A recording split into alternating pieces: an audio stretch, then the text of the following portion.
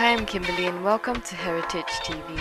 The Peranakan Museum recently celebrated its first anniversary.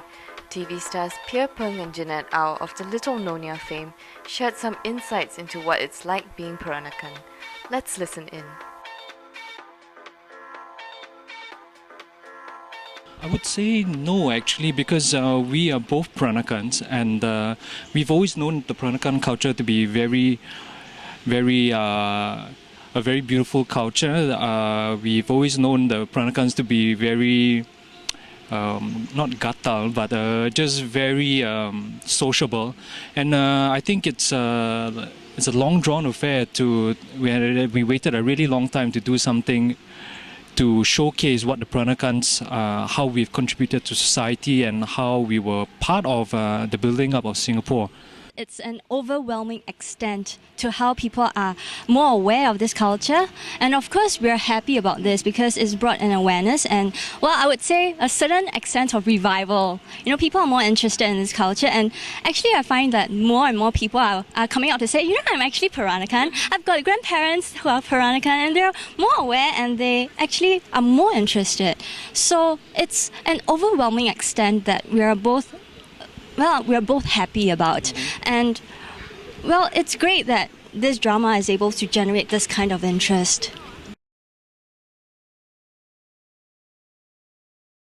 Actually, whatever we know about the Peranakan culture is just the tip of the iceberg. I feel that filming this show has actually made me aware, has opened my eyes to the intricate details that go into the outfits, the culture, even the Traditional values. Yeah, the food that we take for granted, the food that we eat every day is actually something that needs to be highlighted.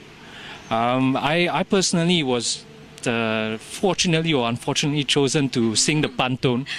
And yeah, it's something that I've never done before, I've never heard of. And when my dad first heard that I had to sing the pantun, he looked at me in those sorrowful eyes and said, I wish you luck, I wish you luck. Yeah, so yeah, I never knew the Peranakans to be such a bunch of like really artistic people, you know. I mean, I always thought that the female kabaya is wonderful, but you know, the guys, they come out with their songs and they try and tackle the girl with their knowledge of poetry, you know. Yeah, so yeah, I have learned quite a few things that dates way back to the 30s, 40s. In fact, as what Pierre said, it's really like before we started, we just know like the superficial details. But when we really go into it, like as he said, the kabayas and everything, different silk materials have got different status, different color have got different meaning, and even like a nonya or a bibik, we wear different clothes. So I think even like traditional values, like how we pray to our ancestors, how we actually like carry out a wedding or a funeral, I learned it through the drama. So I think it's amazing that, you know, it's through a drama that we actually learn more about our roots. Yeah. I remember in one of the classes we were told that we were not supposed to put our elbows on the table. And you know, we are so used to eating with, I mean, well, I kind of used my hands to eat when I was younger. But then, you know, just to make sure that you don't use your left hand, because apparently the left hand is meant to... For another kind of business. Yeah, another kind of business, yeah. But when you're eating, you always use your right hand. So stuff like this, you know. Yeah. And they're very particular. And I actually find that I have learned to, well, appreciate this culture a lot more. It's actually very layered, it's very colorful, and it's actually a very beautiful culture.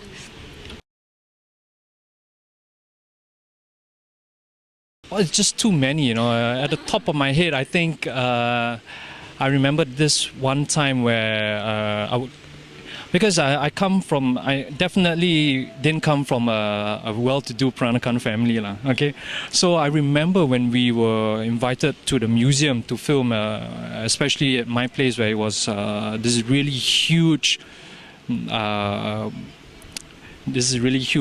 pre-war house, okay? And we had to come in and I had to to take off my jacket, and I had to play with my little nephew. After there was so many things to remember, like, okay, you're not supposed to do this, you're not supposed to use your right hand to do this and do that. It was really tough. I mean, for that short moment, I felt I wasn't Peranakan. I wished I wasn't Peranakan, because it's like there's just so many things that I had to pay attention to. But the amazing things like what that bowl called, suddenly I think of cheng teng, but I mean where the kamcheng, where they put kamcheng, where they put the rice, all these things. I used to have it in my kampong, but you didn't keep it. Didn't keep it. Pity. And when I see the stuff in the museum, I get really excited, and I'm kind of proud that we. Even back then, we kept some of the values. Well, interesting things during the drama. I think it's not just like Peranakan stuff, but the whole filming process.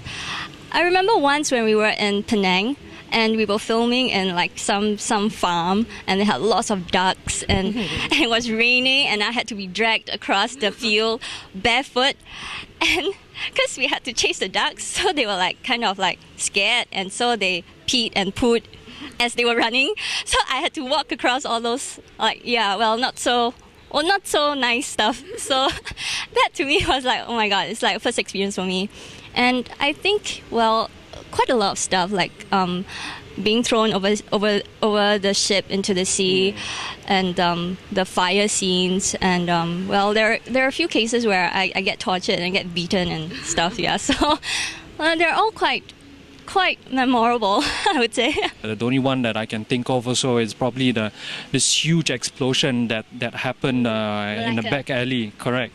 I was with Tai Yang Tian, and I had to save him. I had to save him, even though I knew that it would be better off if he died in a bomb explosion.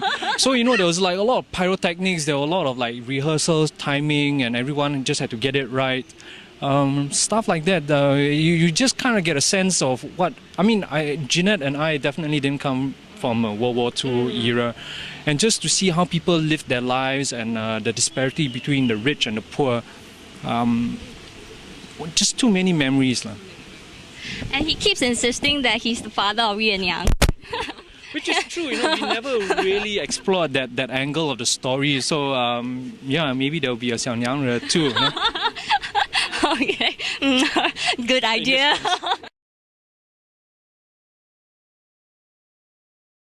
Unfortunately, I've only been there like maybe twice, at most 3 times. I really like what they've done. I especially like the fact that they show the customs that the Peranakans go through. It was really good. There are a lot of like interactive stuff that they have in there. I like the audio. I like the fact that they show what goes on in the kitchen. I like, even though it was a bit scary and it looked a bit eerie, but I like the part where they showed not the procession, but the actual wailing and mourning that goes into during a funeral. And if you are truly Peranakan, you'll be able to hear some of the words and some of the lingo that's being used up until today. Well, I think it's great that we have a Peranakan Museum in Singapore, because when we were filming in Malacca and Penang, we actually did use the museums over there as well. And it's great to have it here, because I think the Peranakan culture is very exclusive to us, as in like the street settlement, like Singapore, Malacca, Malaysia, in fact. And I think it's great to actually let people know more about this culture, and to actually invite people to come and have a look. And I would say that tourists are even very interested, like expats and all. And it's just nice to explore a new culture, even like if you're not Peranakan. And for us, it's nice to go back into our roots and to actually know more about it. Yeah, and well, it's nice that they have a Peranakan restaurant just next to it. It just adds on to it, because I think the food is very important. Yeah, it's just part of the culture. The Peranakan Museum birthday party was really special, with lots of music, dancing, clothes on sale, and of course food. Sri la li la la ba ba, Sri la li la la Hatiku bimbang hajat tak sampai.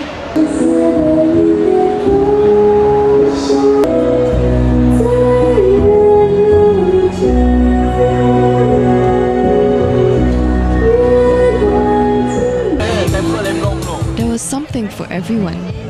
Handicrafts for the kids,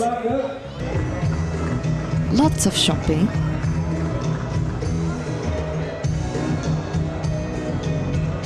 very unique Peranakan items,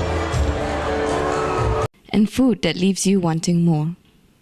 There's something truly special about the Peranakan culture that has captured the imagination of Singaporeans. In later episodes of HTV, we'll explore the other unique cultures in Singapore.